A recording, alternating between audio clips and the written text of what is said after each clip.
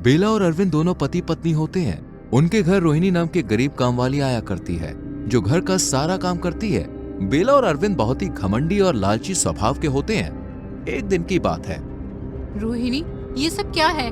अरे अभी तक खाना तैयार नहीं किया है तुमने। आजकल तुम बहुत धीरे धीरे काम कर रही हो, ये सब नहीं चलेगा, समझ गई ना? वरना मैं और भी काम वालियों को काम करने के लिए रख सकती हूँ। माफ कीजिए मालकिन, वो 2 दिन से मेरे हाथ में चोट लगी है, इसलिए काम धीरे धीरे कर रही हूँ, लेकिन अब से मैं ध्यान दूंगी। अरे तुम्हें चोट लगे या कुछ भी हो, मुझे उससे कोई फर्क नहीं पड़ता। मेरा काम सही से सही समय पर होना चाहिए, मैं और कुछ नहीं जानती। बुज़दिल बेला और अरविंद को बेचारी रोहिणी का दुख दर्द बिल्कुल भी दिखाई नहीं देता है। एक दिन जब रोहिणी घर पर अकेली होती है, उस वक्त काम करते करते उसकी आंख लग जाती है और थोड़ी देर के बाद बेला घर आती है और रोहिणी के ऊपर बाल्टी में भरा ठंडा पानी फेंकती है। कांपते हुए रोहिणी झट से उठ गई। माफ कर दीजिए मालकिन, वो दवाइयाँ खाने के बाद आंख लग गई थी मेरी। नालायक निकम्मी, तेरे कारण आज घर में पूरे 60,000 रुपए की चोरी हुई है। ये देख, अलमारी को देख, चोर आकर कब गया तुझे कुछ पता भी नहीं चला क्या? हमें इतना बड़ा नुकसान हुआ है सिर्फ और सिर्फ तेरी लापरवाही के कारण रोहिणी। ये सब कैसे हुआ? लेकिन इससे पहले भी मैं कई बार अकेली रही हूँ घर पर, चोर तब क्यों नहीं आया? ये कैसे हुआ? अब बकवास बंद कर, अब से मैं तुझे तेरी तनख्वाह दूंगी ही नहीं। तुझे हमारे लिए अब मुफ्त में ही काम करना होगा। क्या? लेकिन अगर ऐसा रहा तो मैं अपनी बुढ़ी माँ और छोटे बच्चों का पेट कैसे भरूंगी? आपको तो पता ही है ना मालकिन, महंगाई कितनी बढ़ चुकी है। वो सब हम नहीं जानते। अगर तुमने हमारे लिए मुफ्त में काम नहीं किया तो हम अभी के अभी तुम्हें पुलिस के हवाले कर देंगे। नहीं नहीं, ऐसा मत कीजिए। मैं सारा काम करूंगी, मुझे जेल नहीं जाना। मैं अपने बच्चों के लिए जीना चाहती हूँ। मैं मुफ्त में काम करके आपका पैसा चुका दूंगी।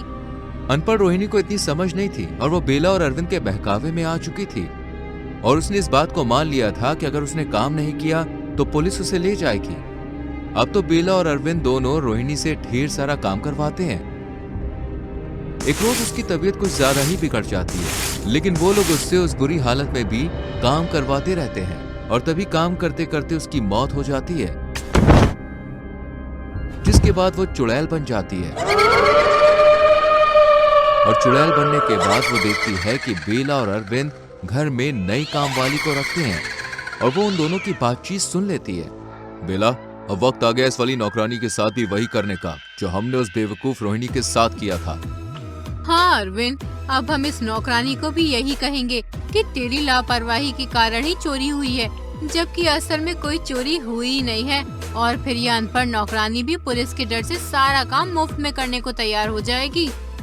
हमारा काम भी हो जाएगा और हमें पैसे भी नहीं देने पड़ेंगे। अच्छा, तो इन दोनों ने ये सारी चाल चली थी। ये लोग बाहर के कामों में भी घपला करते हैं और दूसरों को धोखा देकर पैसा कमाते हैं।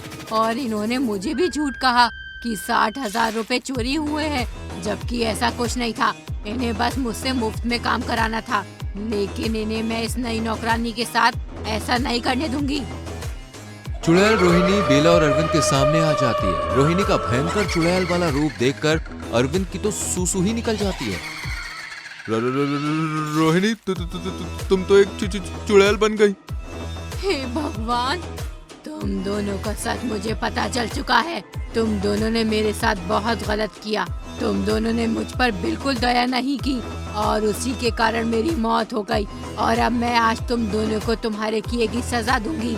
आज की रात तुम दोनों की जिंदगी की आखिरी रात है। अपनी मौत को गले लगाने के लिए तैयार हो जाओ। नहीं रोहिणी, ऐसा मत करो। हाँ रोहिणी, हमें माफ कर दो, हमसे गलती हो गई यार।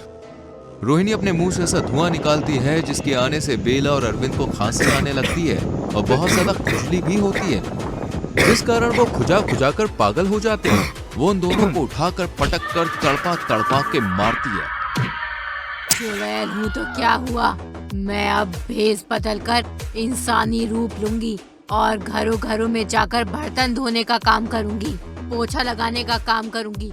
जिसके बाद जो पैसे मिलेंगे उनसे मैं अपने परिवार का ध्यान रखूंगी। उन्हें मैं किसी चीज की कमी महसूस नहीं होने दूंगी।